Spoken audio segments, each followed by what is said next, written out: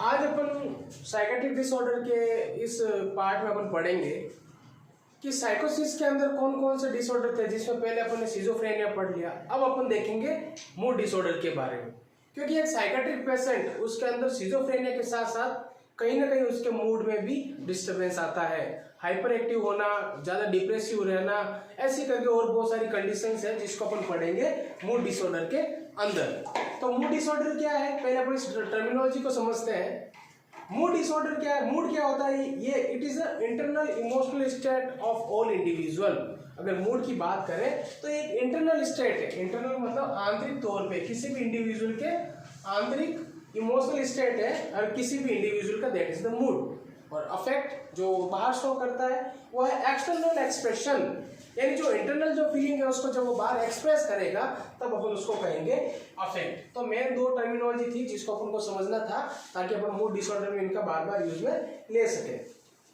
ICD-10 के according इसका classification, इसका जो क्लासिफिकेशन है वो इस प्रकार से है।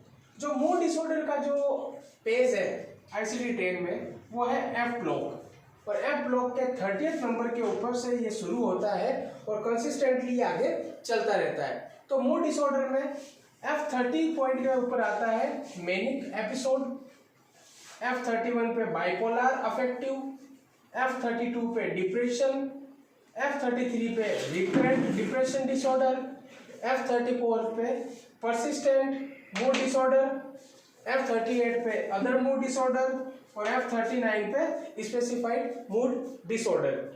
तो अब अपन पढ़ने जाएंगे सबसे पहले मूड डिसऑर्डर में मैनिक एपिसोड, और मैनिक एपिसोड के इसके क्लासिफिकेशन में F30 से F30.1, F30.2, 3 ऐसे करके इनका सब डिवाइडेशन होगा। तो अब अपन पढ़ेंगे मैनिक एपिसोड के बारे में।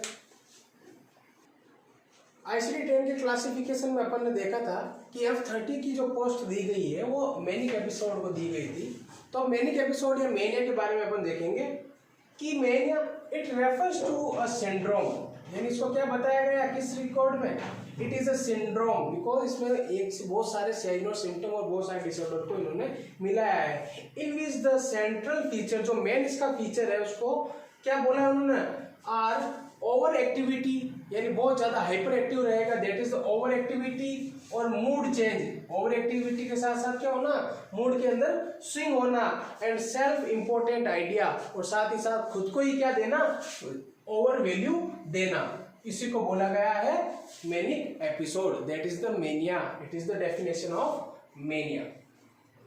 तो ये सिंड्रोम है, सेंट्रल फीचर इसका ये है कि ये ओवर एक्टिव एक्टिविटी के साथ साथ मूड चेंज होना या स्विंग होना और खुद को सेल्फ इंपॉर्टेंट देना, यही है मैनिक एपिसोड। अब इसके इंसिडेंस देखेंगे, ये सबसे ज्यादा मोस्ट कॉमन किसमें पाया जाता है, लेट एडोलसेंट और साथ ही साथ अर्ली एडल्टहुड, यानी लेट एडल्ट, यानी जब एडोलसेंस से जब एडल्टहुड में जाएंगे उसके बीच में जो स्टेज होगा लेट, मतलब जहाँ पे एडोलसेंस खत्म हो रहा है और एडल्टहुड क्या हो रहा है, स्टार्ट हो रहा है, उसके बीच में क्या है ये देखने को मिलेगा। और ये ज्यादा कॉमन किस में होता है, ज्यादा देखने में मिलता है अनमेरिड, जिनकी शादी नहीं हो चुकी है, और अगर और साथ ही साथ वो सेपरेटेड, यानी उनका तलाक हो रखा है या डाइवोर्स है या तलाक नहीं हुआ और अलग अलग रह रहे हैं, तो उनके अंदर ये देखने को मिलेगा।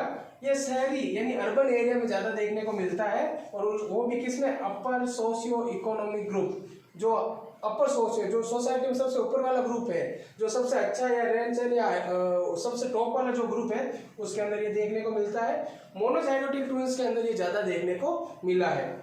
और मेल फीमेल का अगर रेशियो की अगर बात करें तो 1:1 का रेशियो है, यानी ना तो इसमें कोई ज्यादा है ना कोई कम है, दोनों में ये क्या करता है, बराबर पाया जाता है, 1:1 का इसका रेशियो है। अब मैनिक एपिसोड का अगर क्लासिफिकेशन देखें ICD-10 के हिसाब से, तो F के ऊपर जब मेनिया को रखा गया F30 के ऊपर, तो F30.0 इसमें हाइपोमेनिया, F30.1 पे मेनिया विदाउट साइकोटिक सिंड्रोम या सिम्टम्स, F30.2 पे mania with psychotic symptoms, F30.8 पे अदर मैनिक एपिसोड्स जो इसके अंदर काउंट नहीं होते, F30.9 पे है मैनिक एपिसोड अनस्पेसिफाई, जिनको स्पेसिफाई नहीं किया गया कि इनमें से कौन से किस में रखे, वो इसके अंदर रखे गए, दैट इज F30.9। ये हो गया इसका classification of manic episode. Aetiological अगर फैक्टर की बात करें कि ये किन किन कारणों से होता है, तो पहला कारण इनमें बताया गया है हेरिडिटी, अनुवांशिक। अगर पेरेंट्स के अंदर था तो बच्चों में भी देखने को मिलेगा, और इसके साथ ये भी है कि मोनोजाइगोटिक ट्यून्स और डाइजाइगोटिक ट्यून्स इसमें भी ये पाया जाता है। न्यूरोट्रांसमीटर आपके ब्रेन या बॉडी के अंदर जो है उनकी कमी, अधिकता या फिर डेफिशिएंसी की वजह से भी हो सकता है। यदि इंक्रीज लेवल हो गया नॉरएपिनेफ्रिन एंड डोपामिन का तो मैनिक एपिसोड होगा, क्योंकि हाइपर एक्टिविटी को बढ़ाते हैं। इनबैलेंस हो गया कोलिनर्जिक और नॉरएड्रेनर्जिक के बीच में तो भी मैनिक एपिसोड हो सकता है। और डेफिशिएंसी हो गई सीरोटोनिन की तो भी क्या होगा, मैनिक एपिसोड आएंगे।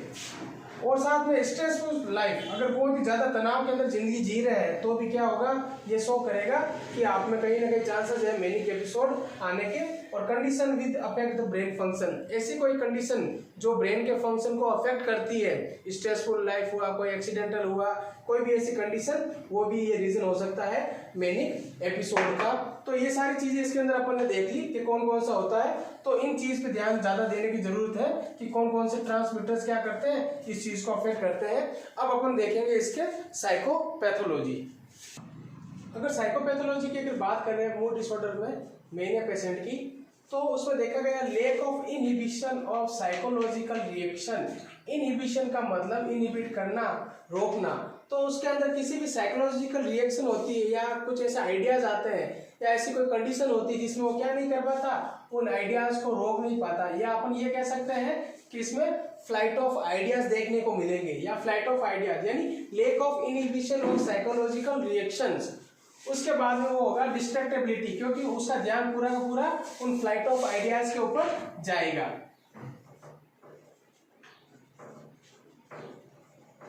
जब फ्लाइट ऑफ आइडियाज के ऊपर इसका क्या हो जाएगा, डिस्ट्रैक्टेबिलिटी आ जाएगी, तो फ्लाइट ऑफ आइडियाज आए तो फ्लाइट ऑफ आइडियाज के बाद में इंक्रीज इन मूड हो जाएगा, क्योंकि वो उस चीज को, उस एक्टिविटी को करना चाहेगा।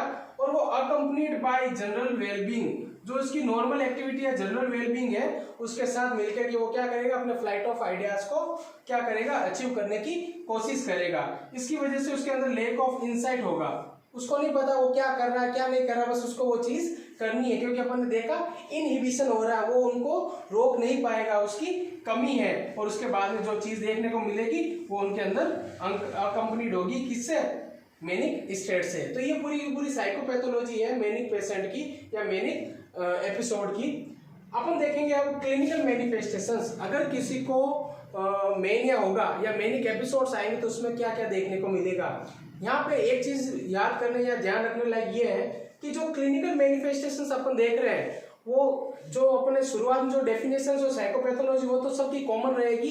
अब अपन हर एक का जो सब टाइप थे मेनिया के, उनके 4 या 5 के उनके अलग अलग क्लिनिकल मैनिफेस्टेशंस देखेंगे जो यहाँ पे डिफरेंट हो गए। तो पहले अपन देख रहे हैं माइल्ड हाइपोमेनिया। माइल्ड हाइपोमेनिया, इसमें एपिसोड टाइम होता है वो कम से कम एटलीस्ट 5 डे का होना चाहिए, यानी जो पेशेंट होगा उसके अंदर ये एपिसोड मिनिमम 5 दिन पुराने होने चाहिए। 5 दिन की हिस्ट्री होगी तभी अपन उसको हाइपोमेनिक बोल सकते हैं। यूफोरिया देखने को मिलेगी, यानी एक्सेसिव हैप्पीनेस, चीयरफुल रहेगा, हमेशा मजे में रहेगा और इजीली हैप्पी, हमेशा हंसा हुआ रहेगा, मुस्कुराता हुआ रहेगा, खिलखिलाता रहेगा। Elevated mood off psychological wellbeing, वो हमेशा उसको ऐसा लगेगा वो माइंड फ्रेश कर रहा है, फील कर रहा है, नए नए आइडियाज आ रहे हैं, वो नए नए थॉट्स को निकालेगा। तो एलिवेटेड रहेगा, हमेशा उसका मूड बढ़ा हुआ या फिर चढ़ा हुआ रहेगा। सडन प्लेजेंट मूड, यानी वो हमेशा किसी दूसरे आइडिया के ऊपर अपनी पॉजिटिवनेस डालता रहेगा और पॉजिटिव एनर्जी आएगी, मुझे ये नया आइडिया आया, मैं इस पर काम कर रहा हूँ, इसके बाद ये करूंगा। तो फ्लाइट ऑफ आइडियाज में वो चलता रहता है। एक्सपेंसिव सोशेबिलिटी, यानी एक्सपेंसिव मतलब खर्च, जितना भी उसके पास पैसा होगा वो उसको खर्च करता जाएगा और साथ ही साथ इसके अंदर वो लोगों के साथ बहुत ज्यादा संपर्क बनाएगा, जो अराउंड पीपल है उनके साथ वो दोस्ती मेल मिलाप बढ़ाएगा। इन्फ्लेटेड सेल्फ स्टीम एक जैसी होगी, देखने को मिलेगी। कॉन्फिडेंस ऑन स्किल, जो उसके अंदर स्किल है उसको ऐसा लग रहा है, क्योंकि अपन ने देखा कि जनरल वेलबींग के ऊपर वो फ्लाइट ऑफ आइडियाज के साथ काम कर रहा है, तो कॉन्फिडेंस स्किल, हमेशा अपने स्किल के ऊपर कॉन्फिडेंस रहेगा, मुझे ये आइडिया मैं ये करूंगा, क्योंकि इसमें ग्रैंडियोसिटी भी तो देखने को मिलती है, डेल्यूजन भी तो देखने को मिलता है, क्रिएटिव टैलेंट, क्योंकि इसके जब वो खुद को जनरल वेलबींग मान रहा है, उसके अंदर वो सारी चीजें आ रही है, तो क्रिएटिव टैलेंट, हमेशा नए नए आइडिया आएंगे, उनके ऊपर काम करेगा, उसके सामने अगर कोई प्रॉब्लम रख देंगे तो वो इजीली उनको नए आइडिया से सॉल्व करने की कोशिश करेगा, यानी आइडिया भी बहुत इजीली उनके पास आएंगे और नए नए आइडियाज को उनके ऊपर लागू करेगा, और एनर्जेटिक रहेगा, हमेशा एनर्जी से भरपूर रहेगा। फ्लाइट ऑफ आइडियाज यहाँ पे देखा वो तो कॉमन रहेगा ही रहेगा। रेसिंग थॉट्स, रेसिंग थॉट्स का मतलब ये, जब वो किसी आइडिया को किसी प्रॉब्लम के ऊपर अप्लाई कर रहा है, जैसे कि ये प्रॉब्लम है, इसके ऊपर ये आइडिया आया, जब ये इस आइडिया को इस प्रॉब्लम के ऊपर अप्लाई कर रहा है, तो जब तक वो आधा भी अप्लाई नहीं हुआ उससे पहले एक और आइडिया आ गया कि इसको ऐसा नहीं करके इसको ऐसे करें, इतने में जब ये इसको अप्लाई किया तो इसको लगा कि इस आइडिया को लेकर के इसको ऐसे करें, यानी जब एक चीज को अप्लाई करता रहेगा, नए नए आइडिया रेस में लगे रहेंगे, इसको ऐसे ना करके ऐसे करूं या इस आइडिया को छोड़ दिया ऐसे, यानी एक साथ बहुत सारे आइडियाज आते रहेंगे और वो अप्लाई करने में कंफ्यूजन रहेगा कि कौन सा आइडिया पहले अप्लाई करूं। That is the racing thoughts. Immune to fear and doubt, जब कॉन्फिडेंस, जब फ्लाइट ऑफ आइडियाज सब कुछ ज्यादा रहेगा तो इम्यून टू फियर, उसको डर नहीं लगेगा और न ही किसी प्रकार का उसके अंदर डाउट या फिर ऐसा डाउट को क्या हिंदी में पता नहीं बोल सकते, लेकिन डाउट वो इजीली अपने आप को क्लियर कर पाएगा, उनसे रुकेगा नहीं। टॉक टू, इसके अंदर इजीली, यानी जो लोग हैं वो जैसे उसके आसपास के लोग जिनसे वो आज से पहले कभी नहीं मिल रहा, वो इजीली उनके साथ बातचीत करना और फैमिलियर होना शुरू हो जाएगा। Find pleasure in small activity, जब वो छोटी छोटी एक्टिविटीज करेगा उसके अंदर उसको बहुत मजा आएगा, यानी प्लेजर फील होगा। हाइपोमेनिक के क्लिनिकल मैनिफेस्टेशंस देखेंगे, जो हाइपोमेनिक एपिसोड्स हैं उनके clinical manifestation, it can be dysphoric, euphoric excessive happiness ना होगा कि डिस्फोरिक, थोड़ा सा क्या हो सकता है, सप्रेस हो सकता है, उदास हो सकता है, लेकिन नेचर भी इसका साथ है, उसका इरिटेबल, चिड़चिड़ा होगा, और जो उसकी कॉन्सेंट्रेट या चॉइस पावर होगी वो बहुत ही पुअर होगी, वो किन दो चीजों के बीच में चूज नहीं कर पाएगा। मैनिक फेज के अंदर जो भी वो चीज चूज करता है उसके अंदर वो लग जाता है, लेकिन यहाँ पे इसको कंफ्यूजन होगा, उसकी चॉइस हो जाएगी, वो पुअर होने लगेगी, और साथ में डिक्रीज नीड ऑफ स्लीप, वो ज्यादा सोएगा नहीं, यानी अगर एक नॉर्मल आदमी 8 घंटे सोता है तो वो 2 घंटे सोएगा, बाकी पूरे दिन वो बिना किसी एक्टिविटी या गोल के वो उसके ऊपर काम करना शुरू कर देगा। मोर टॉकेटिव रहेगा देन यूजुअल, आमतौर पे जैसी बात करता है वैसे वो बात नहीं करेगा, बहुत ज्यादा क्या करेगा, बातें करना शुरू कर देगा, और अगर बीच में अगर किसी ने उसको टोक दिया तो इजीली क्या हो जाएगा, डिस्ट्रैक्टेबल हो जाएगा, यानी वो अपने किसी गोल पे काम कर रहा है, अगर किसी ने बाहर से इंपल्स दे दिया तो वो इस गोल को छोड़ के दूसरे गोल के ऊपर काम करना शुरू कर देगा, that is the easily distractible. Attention deficit होगी, ऑब्वियसली जब उसका बार बार गोल कर रहा है, गोल के ऊपर फोकस नहीं है तो अटेंशन डेफिसिट देखने को मिलेगा। और पार्शियली वो क्या होगा, कंट्रोलेबल, क्योंकि जो मैनिक फेज वाला जो पेशेंट होता है, जो एक्सेसिव मैनिक होता है, तो उसके अंदर उसको अपन कंट्रोल नहीं कर सकते, परंतु यहाँ पे क्या है, पार्शियली अगर थोड़ा बहुत उसके ऊपर डाटा या प्रेशर लगाई बात में तो वो क्या है, कंट्रोल हो जाएगा, आउट ऑफ कंट्रोल नहीं होगा। एक्सेसिव स्पेंडिंग मनी, ऐसा जो हाइपोमेनिक वाली कंडीशन वाला जो पेशेंट होगा वो बहुत ज्यादा क्या करेगा, पैसे खर्चीले करने वाला होगा। Involve in risky sexually activity, ऐसे जो लोग होते हैं वो रिस्की, यानी आप समझ सकते हैं कि वो क्या करेंगे, ऐसे काम करेंगे सेक्सुअल एक्टिविटी में जो क्या है सोसाइटी को एक्सेप्टेबल नहीं होंगे। सिंपली फील ग्रेट, यानी वो ये मन ये आगे दूसरों को नहीं बताएंगे कि उनको कैसा फील हो रहा है, मन में ही वो खुद को क्या हो जाएंगे, सावधान होंगे कि नहीं मुझे बहुत अच्छा फील हो रहा है ये करके। इसके अंदर डेल्यूजन की कौन सी कंडीशन देखने को मिलती है, वो देखने को मिलती है ग्रेडियोसिटी। समझ आ गया कि जो भी वो सब मेरे से नीचे मेरी जान पहचान वाले लोग हैं, वो अपन डेल्यूजन के जो टाइप देखे थे उसके रिगार्डिंग। ओरेसिस टू ईट, ओरेसिस टू ईट का मतलब होता है कि ऐसे जो लोग होते हैं वो बहुत पेटू होते हैं। एरोसिस का मतलब होता है पेटू, यानी जब खाने के लिए बैठेंगे तो बहुत सारा खाना खाते रहेंगे, लगातार खाता रहेगा। और इंटेलेक्चुअल होगा, आध्यात्मिक बहुत ज्यादा रहेंगे ऐसे लोग। अनएबल टू टॉलरेट, अगर एक बार इनको ये किन किन चीजों को टॉलरेट नहीं कर पाएंगे, एंगर को, अगर गुस्से को टॉलरेट नहीं करेंगे, कोई उनकी आलोचना करेगा तो वो उसको सहन नहीं कर पाएंगे। अग्रेशन होगा तो सहन नहीं कर पाएंगे, न रोक पाएंगे, और आर्ग्यूमेंटिक होंगे मतलब बहस करने वाले होंगे, और मोर एम्बिशियस आशावादी बहुत ज्यादा होंगे कि हाँ ये कर लूंगा, बाद में ये कर लूंगा, और फिर ऐसे हो जाएगा। और उनका जो इंटरपर्सनल रिलेशनशिप होता है वो बहुत ही पुअर होता है। और बोर्ड विद रूटीन, ये इनकी आमतौर की लाइफ होती है, जो रूटीन वर्क होता है डेली, उसके अंदर क्या ये बोर हो जाते हैं, जैसे कि लगातार एक ही काम करना, जिसको अपन बोलते हैं 8 to 4 वाले वर्क या 9 to 4 वाले वर्क, ये इनसे नहीं होते हैं। ये टिक के एक काम नहीं कर सकते और जल्दी की अपना वर्क क्या कर लेते हैं, चेंज कर लेते हैं। और ऐसे लोग एक्सट्रोवर्ट होते हैं, इनके मन की जो भी फीलिंग होती है वो दूसरों को बता देते हैं। तो यहाँ पे अपने मैनिक और हाइपोमैनिक कंडीशन वाली चीज देख ली। दूसरा अपन टाइप देखेंगे mixed mode state. Mixed mood state का मतलब डिस्फोरिक मेनिया भी बोला जाता है, वही अवसाद के है लेकिन क्या है मेनिया वाली कंडीशन में है।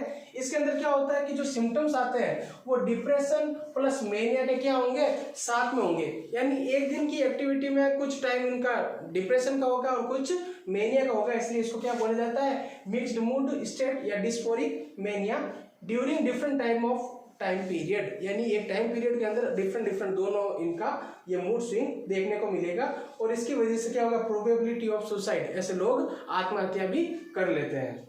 थर्ड टाइप की अगर बात करें वो है डेलीरियस मेनिया। डेलीरियस का मतलब ये होता है डेल्यूजन से मिलकर बना है, मन में बहुत ज्यादा भ्रांतियां होती है, बहुत ज्यादा डाउट होते हैं, और इसमें हेलुसिनेशन बहुत टॉप पे होता है, एक्सट्रीम होता है, वो यही होता है। अपन देखेंगे ये बहुत ही रेयर होता है, लोगों में ये आमतौर पे देखने को नहीं मिलता है जो मैनिक फेज का होता है, लेकिन ये बहुत रेयर केस है। Out of contact with external world, ऐसे लोग होते हैं जो दूसरे लोगों के साथ बातचीत नहीं करते। जहाँ पे हमने देखा कि कुछ मैनिक पेशेंट एक्सट्रोवर्ट्स होते हैं, लेकिन यहाँ पे ये क्या होंगे, एक्सटर्नल वर्ल्ड के साथ कोई भी रिलेशन नहीं बना के रखेंगे। जब ये ज्यादा बात नहीं करते, ज्यादा कांटेक्ट नहीं रखते, तो क्या जब ये बोलेंगे तो वर्ड सलाद, इनको क्या बोलना है, कौन सी फ्रीक्वेंसी में बोलना है, क्या वर्ड बोलना है, इनको पता नहीं होता, और सारा वर्डों का इधर उधर कर देते, जिसको वर्ड सलाद बोलते हैं। इनकोहेरेंट स्पीच, सही तरीके से गुनगुनी टाइप या ऐसे कुछ स्पीच को इरेगुलर सामने वाला सुन ना पाए, या ऐसा अटपटी तरीके से ये क्या करेगा, स्पीच या इनकी आवाज होगी। एक्टिव विदाउट एम और गोल, ये बिना मतलब ये बिना किसी गोल के काम करते रहेंगे और एक्टिव रहेंगे। और हेलुसिनेशन जैसे पहले बताया बहुत अपने हाई लेवल पे होता है। सेल्फ केयर डेफिसिट, जब ये लोगों के एक्सटर्नल वर्ल्ड के साथ नहीं जाते, घर में पड़े रहते हैं। इनकोहेरेंट स्पीच है, एक्टिव विदाउट एम और गोल कर रहे हैं तो वो खुद के ऊपर ध्यान नहीं दे पाएंगे, और सेल्फ केयर क्या होगा, डेफिसिट हो जाएगा। ग्रूमिंग इनकी बहुत ही लूज रहेगी। अनएबल टू कंसंट्रेट, ऐसे लोग एक काम पे कॉन्सेंट्रेट नहीं कर सकते। क्लाइंट में भी die as a result of physical exhaustion, और इसी वजह से क्या होगा, ये लोग मर जाते हैं इजीली और सुसाइड भी अटेम्प्ट कर सकते हैं। तो यहाँ पे अपने तीनों के तीनों देख लिए कि पहला हाइपोमेनिक, मिक्स्ड मूड स्टेट और डेलीरियस मेनिया। अब इसका अपन दूसरा नेक्स्ट जो इसका फोर्थ पॉइंट है वो इसके बारे में अपन देखेंगे।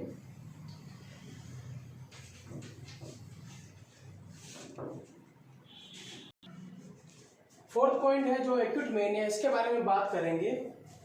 ये यूफोरिक कंडीशन वाला होता है, यानी इसमें जो पेशेंट को क्या होता है, यूफोरिया होता है, और मॉडरेट मूड इलेवेशन, यानी उसका हल्का सा मूड हमेशा एलिवेटेड रहेगा, बाकी यूफोरिक कंडीशन में रहेगा।